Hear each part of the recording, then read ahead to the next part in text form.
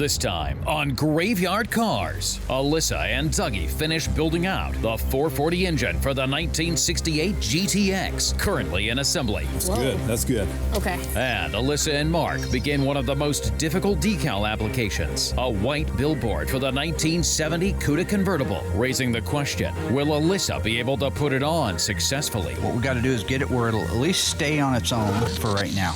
The unburied dead. The unburied dead are coming back to life. Are coming back to life. Self-proclaimed Mopar master Mark Warman and his protege painter Will Scott get paid to bring Mopar muscle cars back from the dead.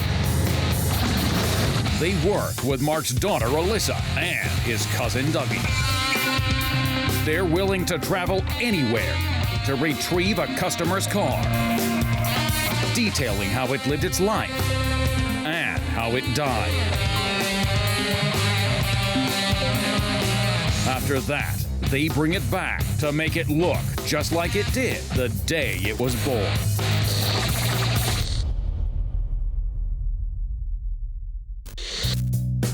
A few weeks ago, Cousin Dougie and Alyssa built out the 440 for the 1969 GTX.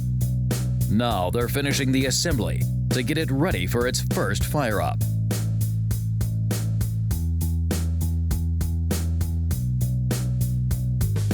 Alyssa and I got the engine back from paint after assembling the bottom end of the engine, and so now what we want to do is finish building out the top of the engine, the carburetor, the plug wires, pulleys, belts, and first thing we're going to do is put the transmission on.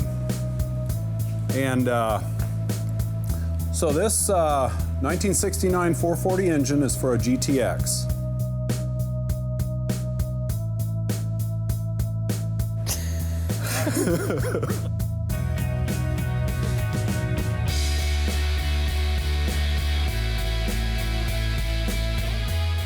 We have a dowel pin right here. Yep, and that's gonna go in this reservoir? Correct.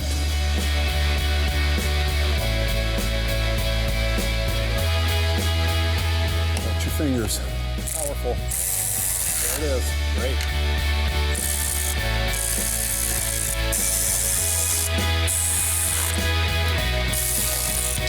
Good. That's good. Okay. Real easy on that one. Okay. This one real easy? Yep. Good enough. Oh, look crazy there at the end. Yeah, they're powerful, huh? So now All we done have with to. that. Now what? Now we have to line up the torque converter and the flex plate inside here. From this side at least.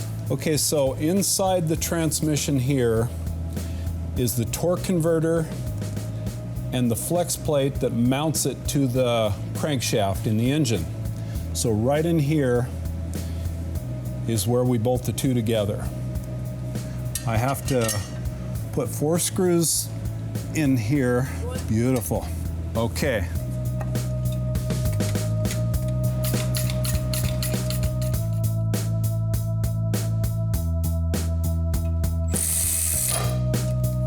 Nice. Okay, that feels good. So that's about it for our transmission installation. Awesome. Yeah. Can we take it off this thing? Uh-huh.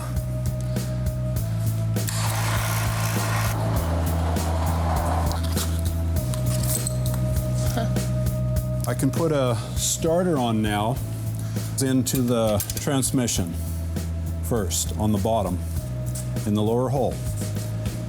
You want to grab me a starter? Yeah. On the left there? Ooh. Very nice. Yeah. Okay. And then the screw goes in the top to hold the starter in place. All right. There we go. Are we getting close to being done? I feel like we were like moving so quick. It's been so easy so far. We're doing pretty good. Okay. We're getting ready to get started. It looks like it's almost together. What do you mean? No pun intended, right? Okay, so now we can build out the top of the engine. Okay, how hard can and the that front. be? It's gonna be easy. Okay. Right? Good, yeah, I like that. Okay. Okay, So we have our pulleys. We have a couple of water nipples that go in here on the water pump that have to go in, and then the upper radiator hose has to go on. And then we'll build out the rest. okay, well that's easy. Couple pulleys, hose. Yeah. Wham bam, thank you, ma'am. We're on with our day. Ready? That's right. But we just need to get this set, so. It's moving quick though, at least. Yeah. My dad's out here, it's like, oh my gosh. It takes forever to get anything done with my dad. Really? He's gotta tell a story, then he's gotta do a stupid dance, then he's gotta do something else. He's gotta take time to insult somebody, then we might get something done. Day's over at that point. Exactly, but it's exhausting to get to that point. It'll only be like an hour and you're like, oh my gosh, I have no more energy left for the day. Just worked an hour with my dad. I like to put this hose on here Yep. because when we put the air compressor on for the air conditioning, it's almost impossible to get to this clamp right here. Oh. Okay, we started with the transmission, put on the starter, and we've put the fuel vapor separator on, some of the fittings on the front of the water pump, and the choke stove for the choke on the carburetor.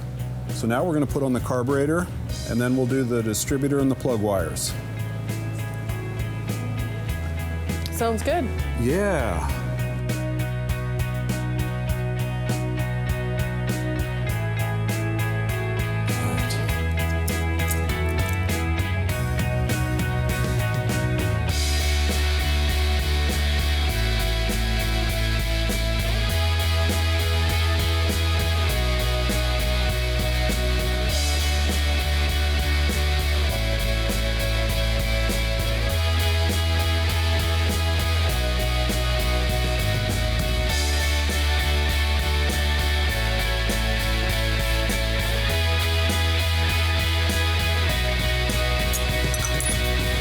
Yeah, that's perfect.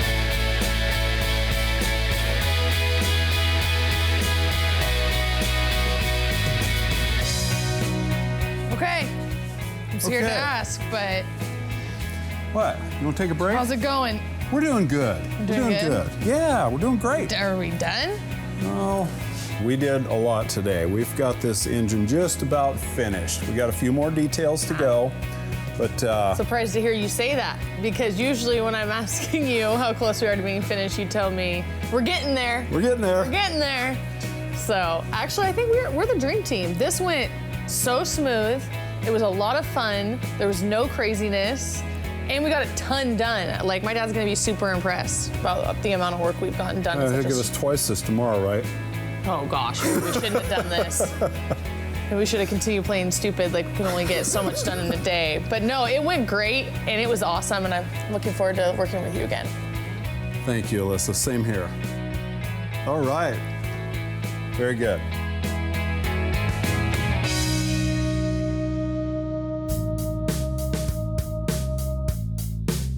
I'm getting ready to install the billboard graphics on our 1971 Plymouth Cuda convertible. I have Alyssa working with me, and the main reason why is last time we had our Phantom Cuda here. I allowed Will, the big mouth who says he can do everything, and Alyssa, who agrees with him, is the partner in crime who stole my car.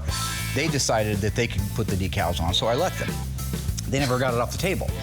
Why? Because they didn't read the instructions or listen to me the first time I talked to them about not getting the backing paper wet. So she is going to learn today the correct way to install a billboard graphic. I've said it many, many times that this is one of the most difficult graphics. It may not be the most, but I believe it's in the top 3 of the most difficult graphics to do. There's a lot of things that have to be considered when you're putting this decal on. So the first thing we're going to start with is just setting the decal up there, seeing where everything lines up at before we get it wet, before we start just taking the backing paper off. So the first thing we're going to do is set our graphic up on there. Now, you never want to put a graphic on paint with the backing paper without making sure that this is clean and the backing paper is clean. Otherwise, you put a little scratch in there or a dirt nib falls off on there, and then you have one of your graphics. So Okay. you just want to tack cloth it down. the area where it's going to be going. Okay. Okay, we're gonna set it up there and get an idea about what we like the looks of. Okay, so what are you looking at right now? Top? See how much reveal we have right here? Mm-hmm. And see how you have hardly any reveal over there between the wheel opening? Yeah. So if you move it forward, you see now we're starting to get that nice reveal where it's real even along there. It might need to go up just a hair. Yeah. Oh. That's okay, it's slick. And then you got the nice reveal around there. And now then, again, we're just dry fitting everything, just making sure. At the back here, you never want to be over the edge. The manufacturer was never over the edge. You can be as close as you want to it back here, but you can't be over the edge. Okay. So we know that it's going to fit. We know that we have a plan of attack. Go ahead. Do you look at the body lines right here? I mean, is there a certain amount of space before, or you just mostly pay attention to the body line? The reveal up here is going to tell you. Okay. This is not shaped exactly like the quarter. People want to think it is. It's not. All right? Okay. So once we get the backing paper off and it's wet and we can move it around, we're going to have to check it against this style line right here. Check it on the length of the door. Check it back here at the rear body panel opening. There's a lot of stuff that have to be intersected, but you can't really do it with all the backing paper on right now. You can't see it. And even if you did, you'd lose your mark. Okay. Okay. All right, so now we're able to take this off and we can go ahead and I'm gonna get the panel wet.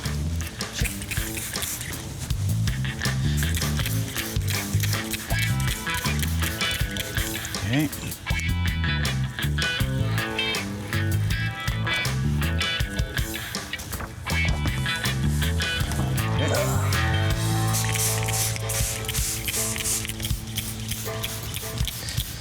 All right, lay that thing up there like that.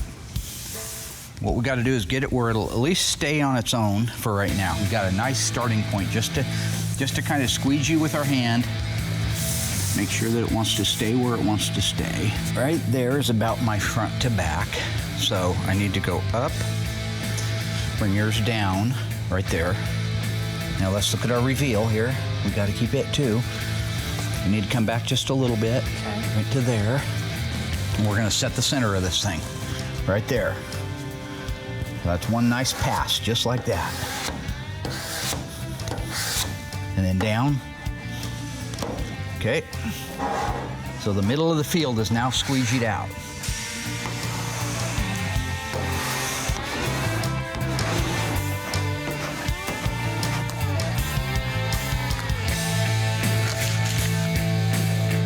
Boy, there's not one bubble.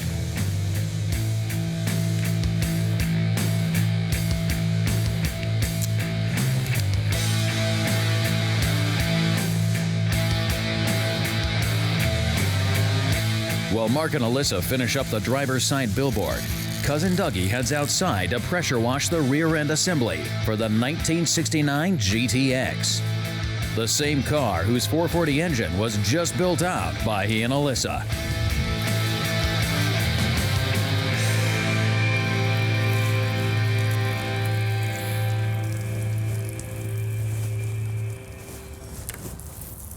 Try to get all the grease off of it that we can for sandblasting. Up next, Cousin Dougie begins the disassembly of the 1968 GTX Dana rear end.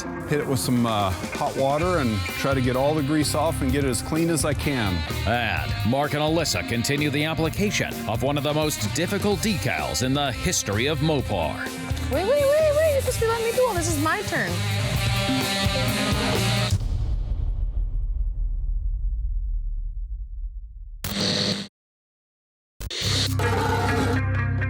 In the graveyard, awaiting its restoration, is a car that once you turn it on, is like lighting a fuse. This beautiful single-owner 1968 GTX with a 4-speed and the standard option 440 Super Commando is only one of 9,771 ever built. The 1968 GTX also came standard with bright dual exhaust, heavy-duty suspension, oversized brakes, a 150 mile per hour speedometer, dual air scoops, rims, and redline tires. This is also one of the most documented corpses in Graveyard Carz history. We have the original window sticker, the delivery acknowledgement, the sales tag, the broadcast sheet, and original pictures of the car, making this 1968 GTX our corpse of the week.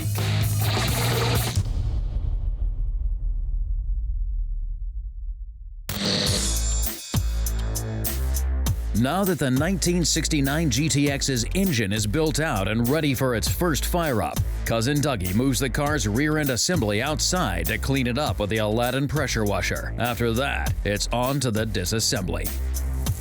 Right now I'm pre-spraying this differential housing for pressure washing. Try to get all the grease off of it that we can for sandblasting. So I'm gonna hit it with some hot water and try to get all the grease off and get it as clean as I can for disassembly. This rear end will be for a GTX, 69 GTX for West, yeah, 69 GTX, yeah, be a pretty car. So I'm gonna give it one good hot water wash.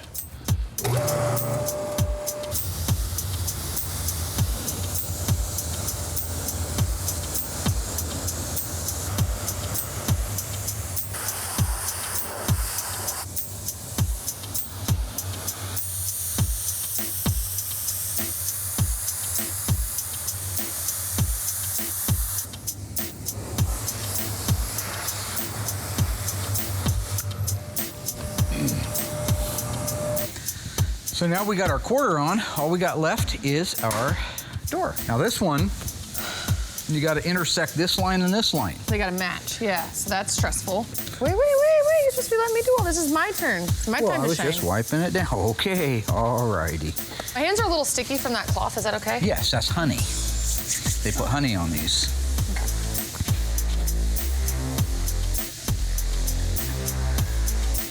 Is that gonna go all the way back? Where does the 340 go? I have no information.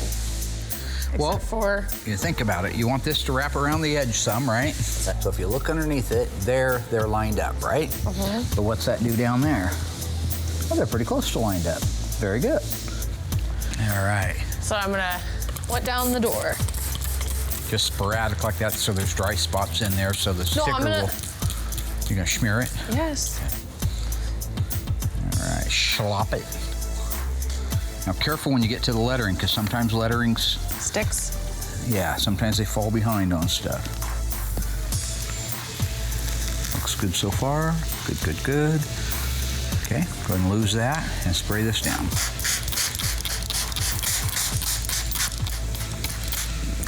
Is that good? Okay, this thing has a lot of road tar all over it. Can you see it? So, and I found some nice markings. Yeah, so after we get it all clean, probably one more washing, then we'll start disassembly on it. So yeah, I want to show Mark the markings on this before I finish it up. Okay, so there's a good start on that for Mr. West, 69 GTX. Okay. Right. And this side? Flism flasm, said the flazoo, E-I-E-I-O.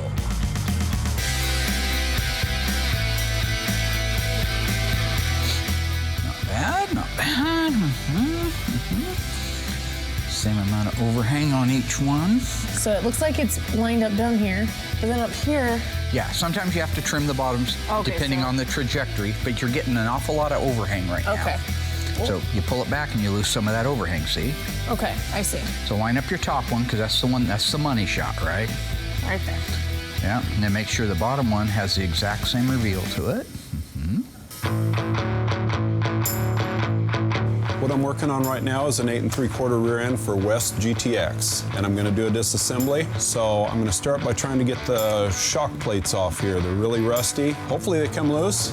If they don't, I may have to cut them off there. So let's give it a try. Got the big guns for this one.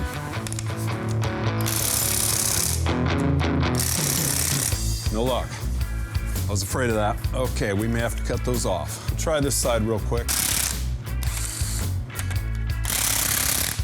No luck. Really rusty.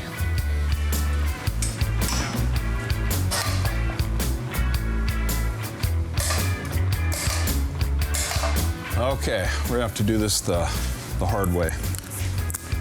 I'm gonna cut the U-bolts in half.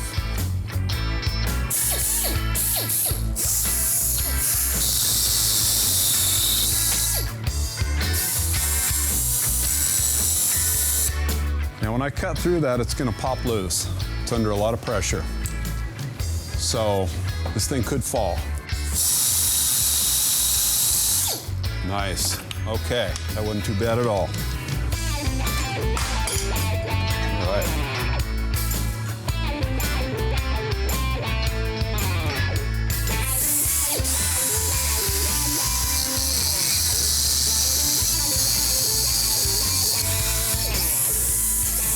Okay, I'm gonna give this one a little tap, see if it breaks loose. Yep. Okay. All right. So we got 2 leaf springs off. In this case, it was okay to cut these U-bolts because we're gonna replace them anyway. So now I'm gonna remove the hydraulic brake lines from the top of the housing.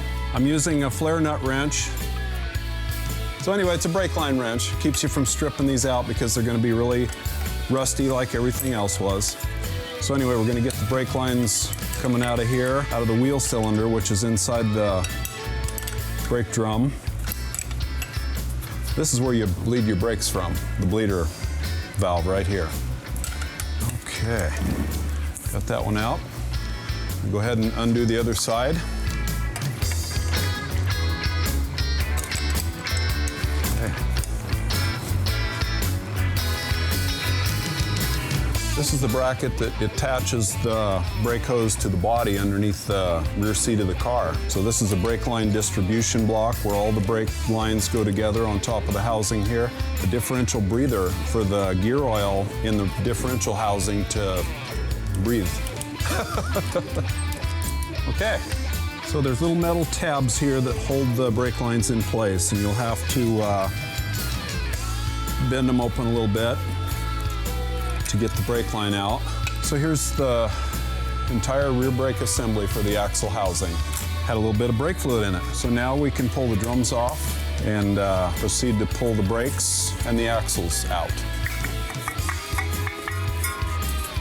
Wasn't too bad. So here's our brakes in here.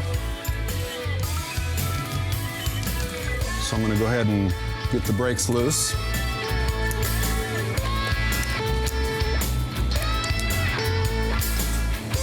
Little springs. Got a spring tool here that makes removing the upper springs a lot easier. Put it in there, hook it under the spring, twist it in a half circle, pulls the springs off.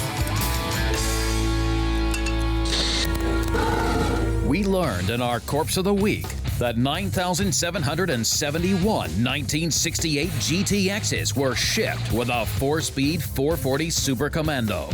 How many 1968 GTX hardtops were built with a 426 Hemi? Was it 670, 120, 410? Find out after the break.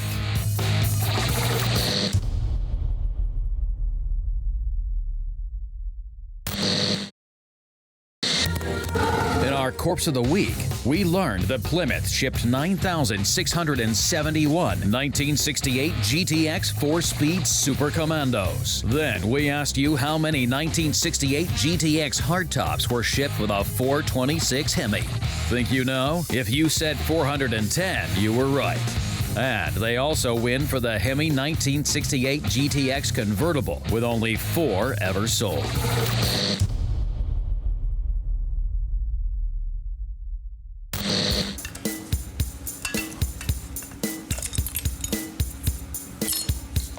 Pull them out of the wheel cylinder, drop them down.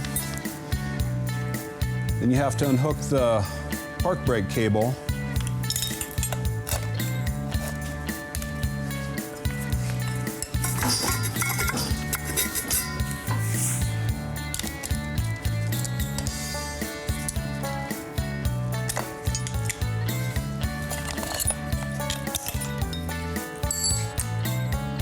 Okay. So now to get the axles out, there is one hole in the axle that's bigger than the other two. And that's where you run your socket through to take the 5 nuts off that hold the axle in place. You'll have to rotate the axle to every one of the 5 nuts to take them off through the one large hole. Now this one here on the passenger side has a lock tab on it to hold the adjusting ring, which adjusts the bearings tight.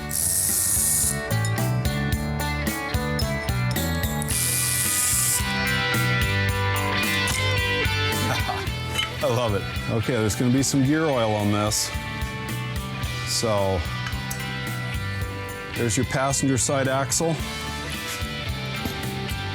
the bearing, and the adjuster. The adjusting ring is right here with all the fingers sticking out on it to adjust the bearing tension on the passenger side only. So a little bit earlier, my dad and I put our billboard stripe on our 1971 Cuda, the in violet, gorgeous car.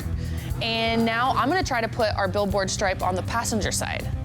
When he shows up, I think that he went to the gym or something, but when he gets back, he'll sit back and I will give him a tutorial on how to put the billboard stripe on.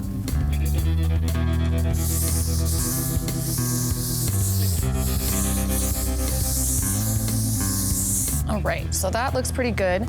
First, I'm gonna go around to the other side of the car and just look, actually, I'm gonna put this down. I'm gonna look at the reveal around the molding, around the wheel opening molding. Okay, so right now I'm just looking at the driver's side quarter panel and looking at where the reveal is all the way around the wheel opening moldings, how far it is from the back. Just kind of reminding myself before I dry fit the passenger side.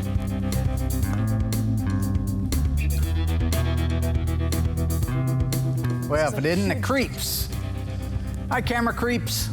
Dad! Creeping on everybody. You came at the perfect time. Will you help me Why are hold you this? doing that car without the ice tray, the ice man, the ice biscuit, ice shavings, vanilla ice, ice baby, Ice Age, the movie? Why are you working on this? Okay, so I'm trying to dry fit this Why weren't side. you here an hour and a half ago and I would have been here to help you? So let me catch you up. Okay. So far, I've tack cloth panel and also the decal. And now I'm trying to dry fit it because I want to see. But it's actually more difficult because it's so huge. So I'm glad you came at the perfect time so you can help me hold it. 426 crate. I'm the first person to receive one of these tumblers, the very first person. And I'm also the very first Dad, nobody cares. Nope, Well, I think they do care. don't think they do. Okay, where do you want it? Yeah, good? that's great, Dad. That's great. How much reveal do you have here? This is what counts. The rest of it has to go where it has to go. So how much reveal do you have there? Ooh. You've heard me run through my repertoire. I'm looking for other ice things, not the camera boys. But you at home, like ice shavings, ice pops, Should I tape this? icicle, ice maneuver, ice baby, iceberg. See, I just had that one. So should I There's tape power this? in numbers. What are you talking about? I don't know. I've been third cup of coffee. I have no idea who the hell I am anymore.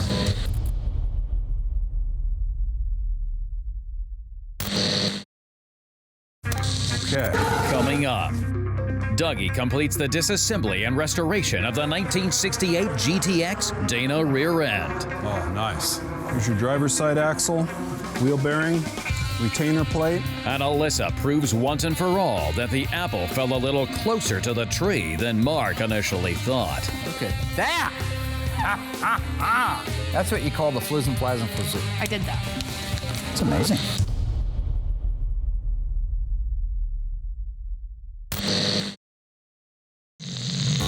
Okay. Got lucky the first time. Oh, nice. Here's your driver's side axle, wheel bearing, retainer plate. Pull your backing plate off. We're gonna save the backing plates. Looks like they had some anti-seize all over these places where the brakes move in and out so they don't rust up too bad. So here's your wheel cylinder, your park brake cable, and here's the back of it, kind of rusty from exposure over the years to water. So we're gonna clean this all up and repaint it, make it look new again. We'll replace the brake cables, the park brake cables, So now I'm going to undo all the bolts that hold the third member in place, or pumpkin, as some people like to call them.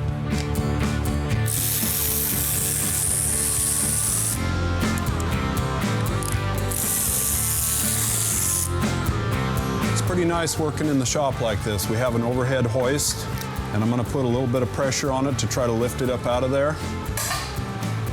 May have to tap on it with a hammer and a chisel a little bit.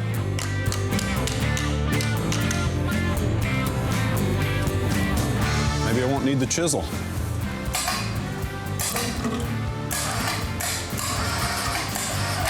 So there's the third member with the gears. So we're going to clean this up and try to salvage this one. We're going to take our axle housing here and we're going to clean it all up to restore it to new condition. So I'm going to let this just hang in here and drain out for a while. So I got a lot of work to do to clean this up and get it ready to put back together.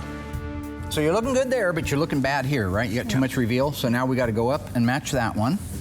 Now how are we looking down there? Now we slid back a little, didn't we? So we're going to want to slide forward a little bit like that. Okay. Looking better? Okay. Okay.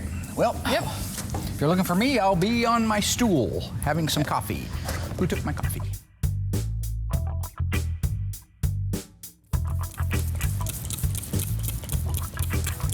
Why are you shooting it from 1,000 feet away? Well, the closer you are, the more kickback you're gonna get. No, why don't you make it into more of a fan? Like that? Yep. So what do you want to do here? This is your call, Chiefers. you the man. Okay, so now we're gonna take we're gonna separate the ice girl, the ice the pick. decal. Okay. So like this. Yeah. Yeah? Yep. How it's supposed to look? Looks good. What would you do without me? I'm gonna go down to all the way. Okay, down wait, here. now I gotta spray it. So now we're gonna spray our decal down, just in case we drop this side. Yep. Be safe. Load that mother bear. Why'd you spray me purposely? I did it. I'll show you. Okay, turn around. Purposely is. Alrighty. Yeah, what do you think, Chiefers? No, I don't think yet. You don't think right. Does it need to go up a little bit? This reveal look kind of skinny. It's like right on the edge. Looks pretty good. Okay. There's a lot of air. Beautiful.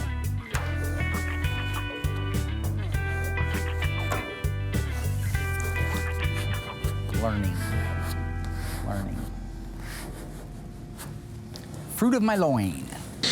We learned that the 1968 GTX came standard with a plethora of rich features. Also, we learned that Plymouth made 9,771 4-speeds with a standard 440 Super Commando and 410 with a 426 Hemi. True or false? It would have cost you $800 to option the 426 Hemi in 1968. Think you know? Find out after the break.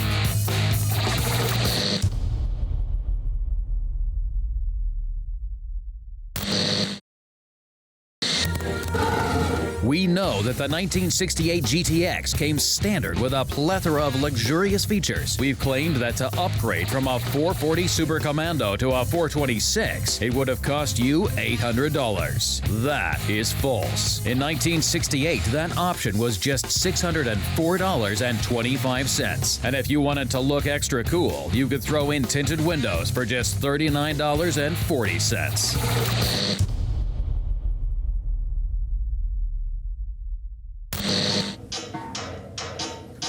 Walk the light across it and look for any bubbles. Usually you'll get them on the edges where it didn't get patted down all the way or squeegee down all the way. Keep the paper as close to the panel as possible. You don't have any rings on, right? No. Okay.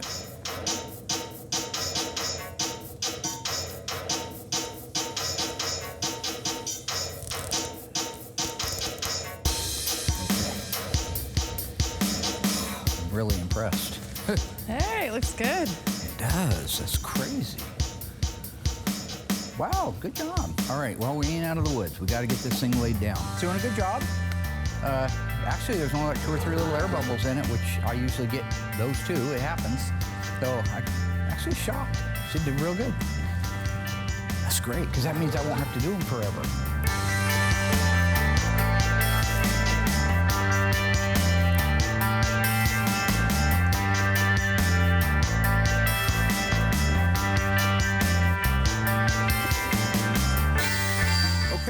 So I have the rear end taken apart for the 69 GTX, and I have some parts ready for sandblasting, and I'm going to go ahead and throw them in the Climco blasting machine and clean them up and get them ready for restoration.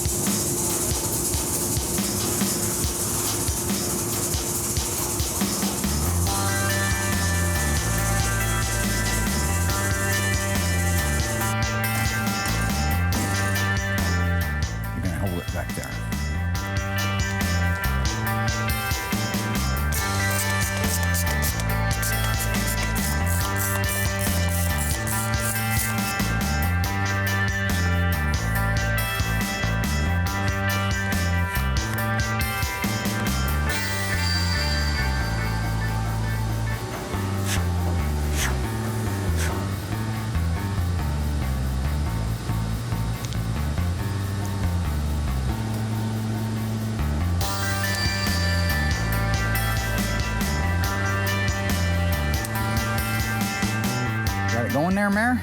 Okay, so we're going around the letters. This is where I'm kind of nervous. This is where These are not easy to do. Like to get weird.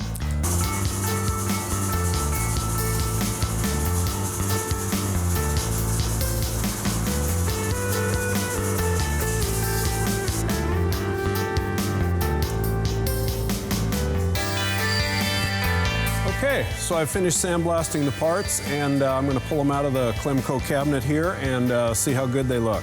They're ready for paint.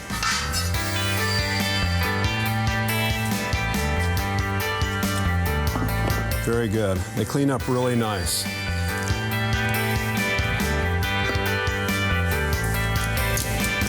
Okay, so I'll wheel them back in the shop and get them ready for paint.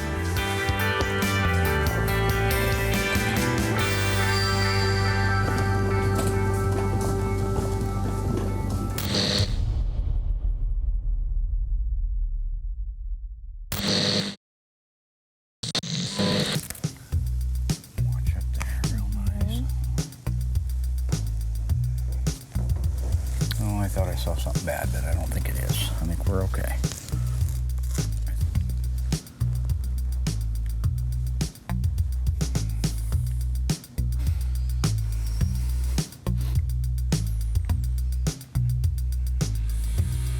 Not bad.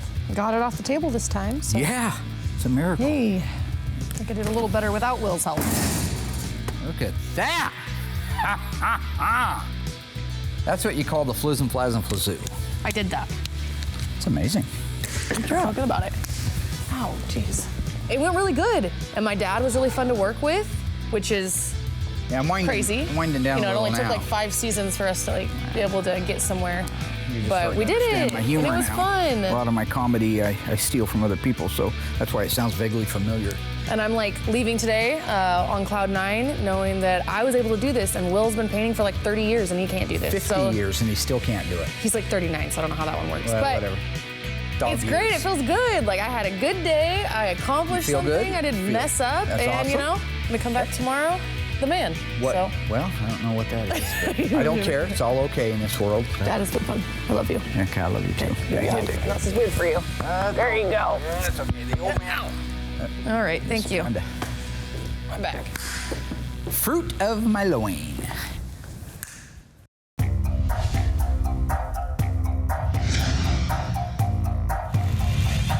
The 1968 GTX 440 engine is on the engine run stand, ready to be fired up for the first time. We are in park on the transmission, that's true, right? Okay, so all we need is that coil light on, I believe at this point, and I have total faith in you and my daughter, fruit of my loin, that you put this engine together correctly and it shall start. Okay, Shalom Aleichem, pass me a loaf of bread.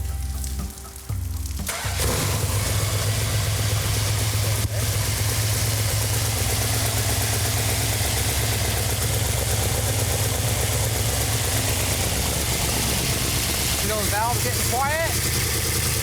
Pumped up? Yeah. That sounds good. Yeah, it does.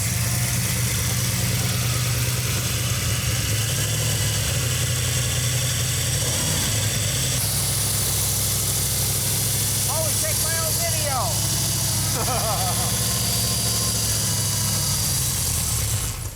Just ran out of gas.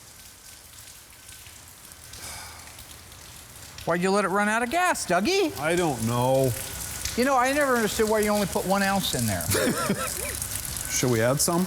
Yeah, we could add some gas to it. Yeah.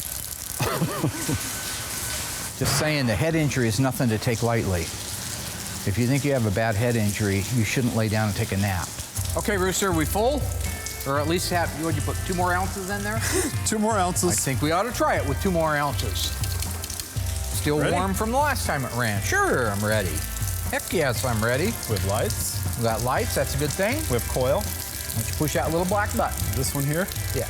No, the other little This one black right button. here. Now push the button. Okay. It's okay. It's got to get some gas up in there. Probably take a second since it ran out, since you only put 1 ounce in it to begin with.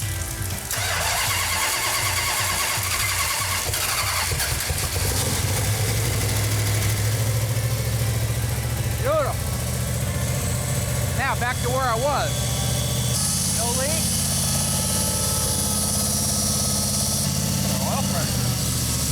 Good oil pressure. Nice oil pressure. Look at that. Running good. Yeah. Sounds nice.